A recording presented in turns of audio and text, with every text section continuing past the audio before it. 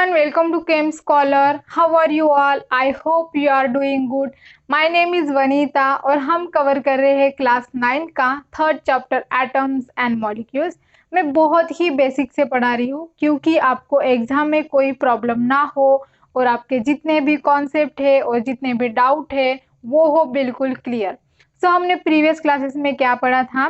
Atoms के बारे में पढ़ा था कि एटम्स एक्चुअली में क्या होते हैं, एटम्स कितने बड़े हो सकते हैं। और आज की क्लास में हम पढ़ने वाले हैं एटॉमिक मास। एटॉमिक मास क्या होता है? नाम से ही पता चल रहा है, एटम का मास यानी एटॉमिक मास।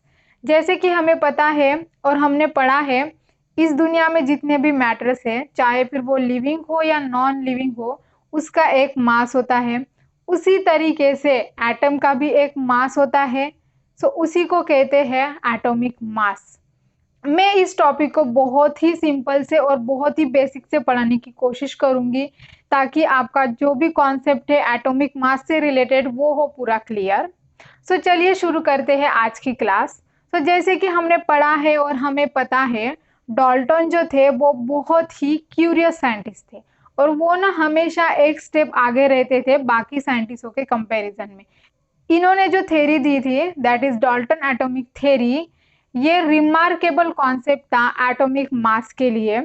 जैसा कि हमने पढ़ा है, उन्होंने अपने पोस्टुलेट्स में कहा था, atoms of a given element are identical in mass and atoms of a different element have different in मास।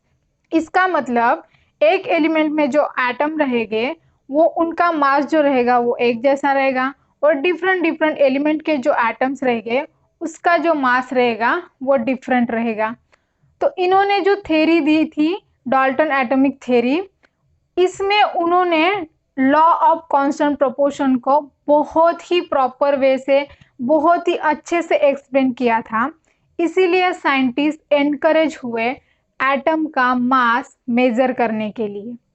लेकिन साइंटिस्टों के सामने ये बहुत बड़ा चैलेंज था कि एटम्स तो इतना छोटा होता है, वो इतना स्मॉल होता है, उसे तो नैनोमीटर में मेजर किया जाता है, तो हम एटम का मास कैसे निकालेंगे? फॉर एग्जाम्पल, आप किसी शॉपकीपर के पास जाते हो और उसे बोलते हो कि हमें 1 kg शुगर चाहिए, तो वो शॉपकीपर क्या करेगा? किसी भी बैलेंस मशीन से या किसी भी डिजिटल वेइंग मशीन से वो आपको 1 kg शुगर नाप के दे देगा। फॉर एग्जाम्पल, अगर उसने बैलेंस मशीन से मेजर किया होगा तो बैलेंस मशीन वो इस तरह की होगी, लाइक दिस।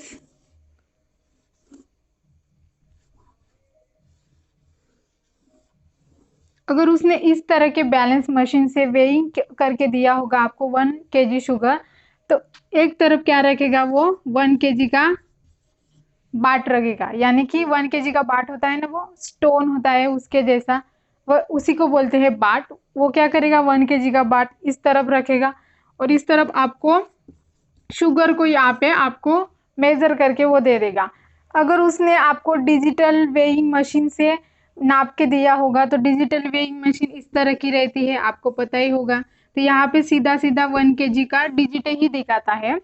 लेकिन मैं अगर कहूँ कि आपके पास ना एक एटम है और उस एटम को आपको मेजर करना है इसी बैलेंस मशीन से और या तो इस डिजिटल वेइंग मशीन से, तो क्या ये पॉसिबल है इस बैलेंस मशीन से और इस डिजिटल वेइंग मशीन से किसी भी एटम को मेजर करना? इसका आंसर है नो। क्यों? क्योंकि हमें पता है एटम कितना स्मॉल होता है, उसे नैनोमीटर में मेजर किया जाता है, ना कि उसे केजी में मेजर किया जाता है। तो ये तो इम्पॉसिबल है किसी भी मैटर को किसी भी वेइंग मशीन से या किसी भी डिजिटल वेइंग मशीन से मेजर करना। इसीलिए साइंटिस्टों ने रिलेटिव एटॉमिक मास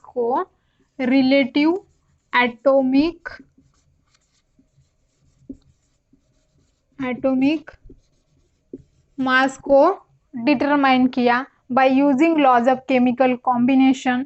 रिलेटिव एटॉमिक मास समझना बहुत इंपॉर्टेंट है। मैं इसे ना आपको एक एग्जांपल से समझाती हूँ कि रिलेटिव एटॉमिक मास क्या होता है। फॉर एग्जांपल, ये एक बैलेंस वेइंग मशीन है, लाइक दिस।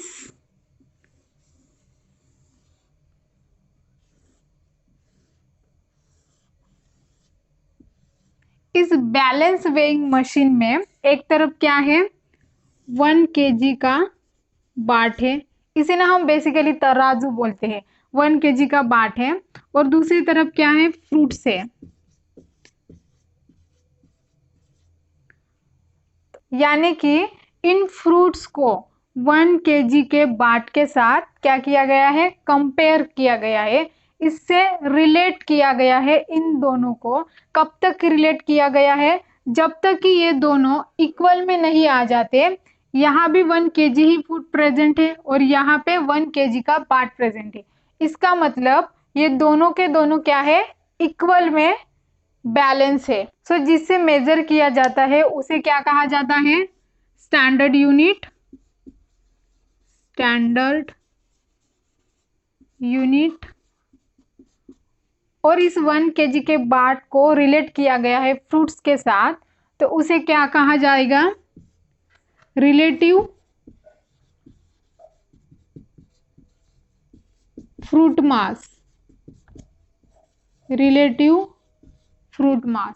तो साइंटिस्टों ने क्या डिटरमाइन किया था, रिलेटिव एटॉमिक मास को डिटरमाइन किया था। तो इसी तरीके से जिस तरह से हमने 1 kg के बाट के साथ फ्रूट को कंपेयर किया है, उसी तरीके से हमारे पास क्या है, एटम है कंपेयर करने के लिए। हमारे पास क्या है, एटम है कंपेयर करने के लिए। फॉर एग्जाम्पल कोई भी एटम ले लो, फॉर एग्जाम्पल कार्बन है, हमारे पास एक कार्बन का एटम है कंपेयर करने के लिए। लेकिन जैसे कि इस फ्रूट्स को 1 kg के बाट के साथ, यानी कि स्टैंडर्ड यूनिट था 1 kg का इस फ्रूट्स को नापने के लिए, उसी तरीके से हमारे पास क्या है, एटम तो है लेकिन इस एटम को मेजर करने के लिए कोई स्टैंडर्ड यूनिट नहीं है। तो साइंटिस्टों के सामने ये बहुत बड़ा चैलेंज था कि किसी भी एटम को किसी एक स्टैंडर्ड यूनिट के साथ मेजर करने के लिए कोई उनके पास स्टैंडर्ड यूनिट नहीं था। तो उनके पास यही इतना बड़ा चैलेंज था कि उन्हें स्टैंडर्ड यूनिट ढूंढना था किसी भी एटम को मेजर करने के लिए। सो इनिशियली साइंटिस्टों ने ऑक्सीजन का 1/16 पार्ट लिया एज अ स्टैंडर्ड यूनिट किसी भी एटम को रिलेट करने के लिए, या आप कह सकते हो किसी भी एटम को मेजर करने के लिए। लेकिन ऑक्सीजन का जब 1/16 पार्ट लिया था तो उसमें प्रॉब्लम ये थी कि बहुत से एटम का जो मास था वो फ्रैक्शनल में या डिवीजन नंबर में आ रहा था।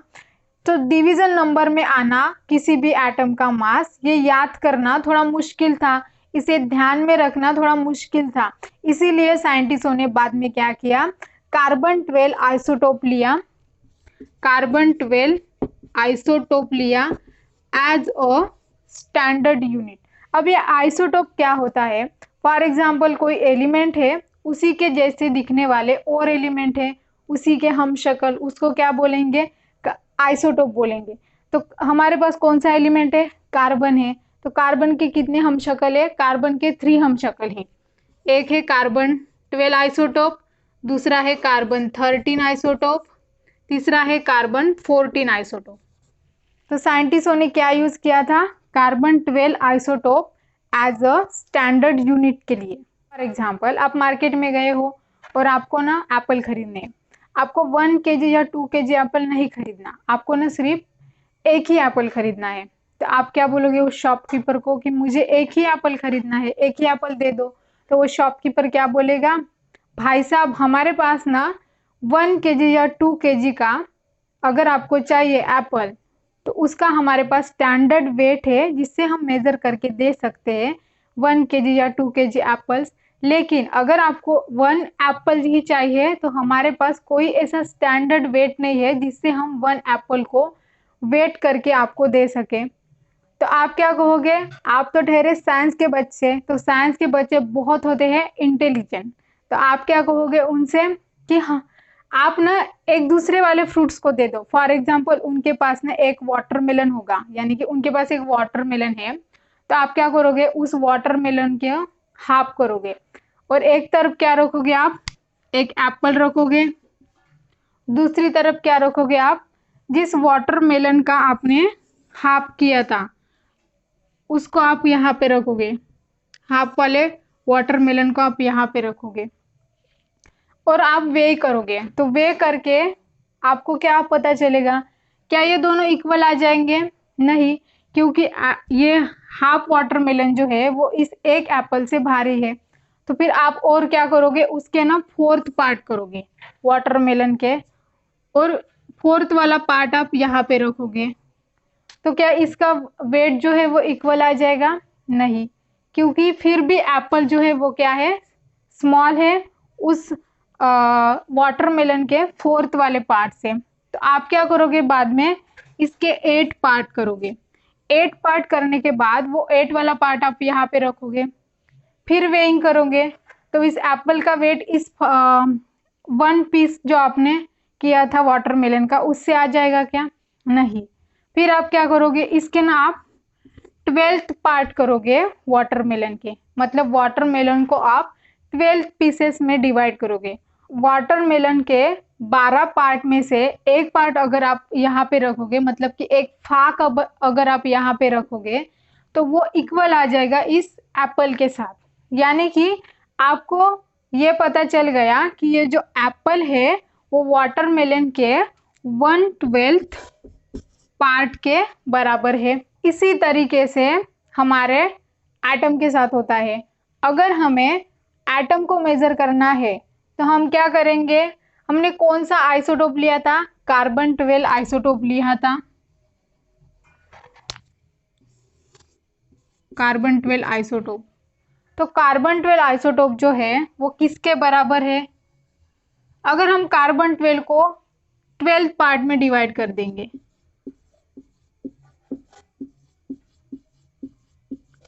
कार्बन 12 को हमने क्या किया, 12 पार्ट में डिवाइड कर दिया, तो क्या ये कार्बन 12 यानी कि 12 यूनिट के बराबर है? हम कह सकते हैं ना, कार्बन एटम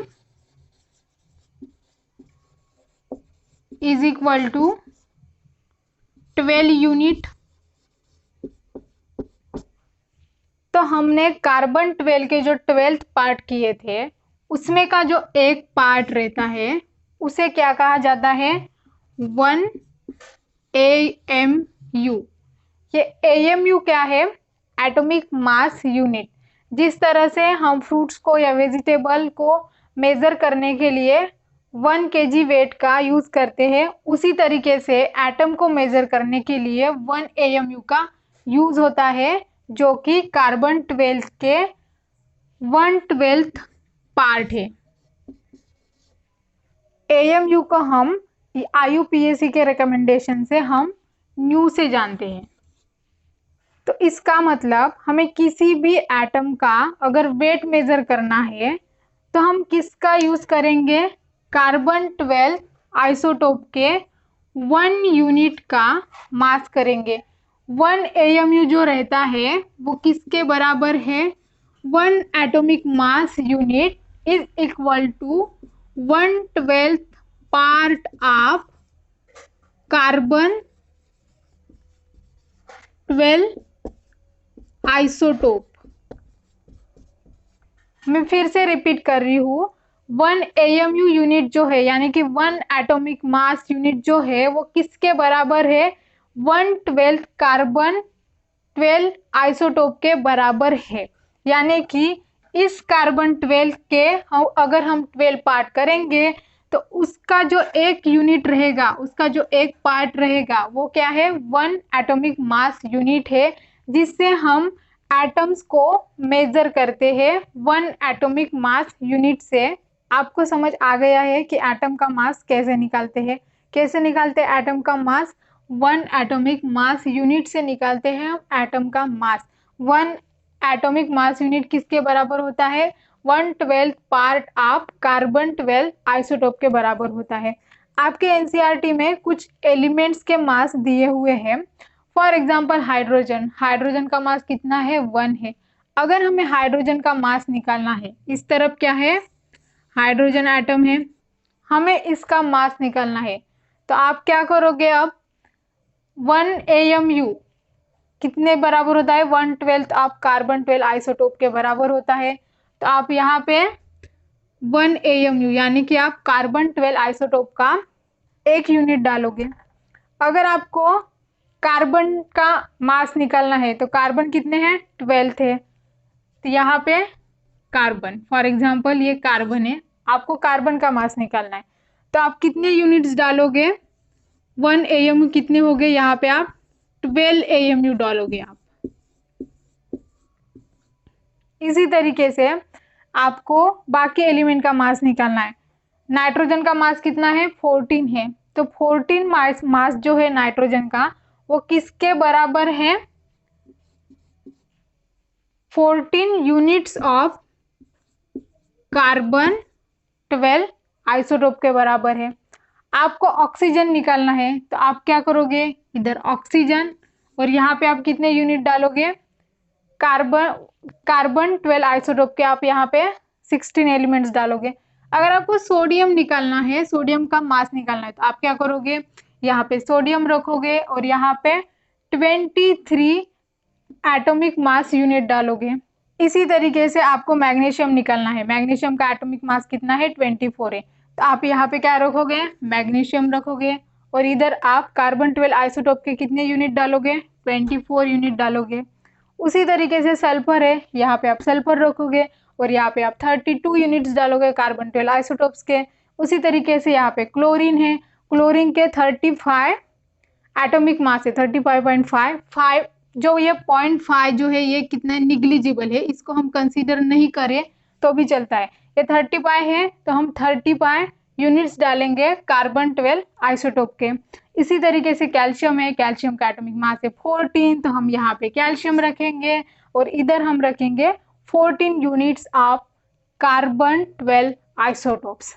इसी तरीके से हम किसी भी एलिमेंट के एटम का मास निकाल सकते हैं by using 1 atomic mass unit, जो कि 1/12 पार्ट होता है कार्बन 12 आइसोटोप का। सो हमने अभी तक क्या क्या पढ़ा है मैं समराइज कर देती हूँ। सबसे पहले साइंटिस्टों के पास ऐसा कोई वेट नहीं था जो कि एक एटम को मेजर कर सके, क्योंकि एटम जो है वो बहुत स्मॉल होता है। तो साइंटिस्टों ने डिटरमाइन किया था, किसे रिलेटिव एटॉमिक मास को डिटरमाइन किया था by using laws of chemical combination.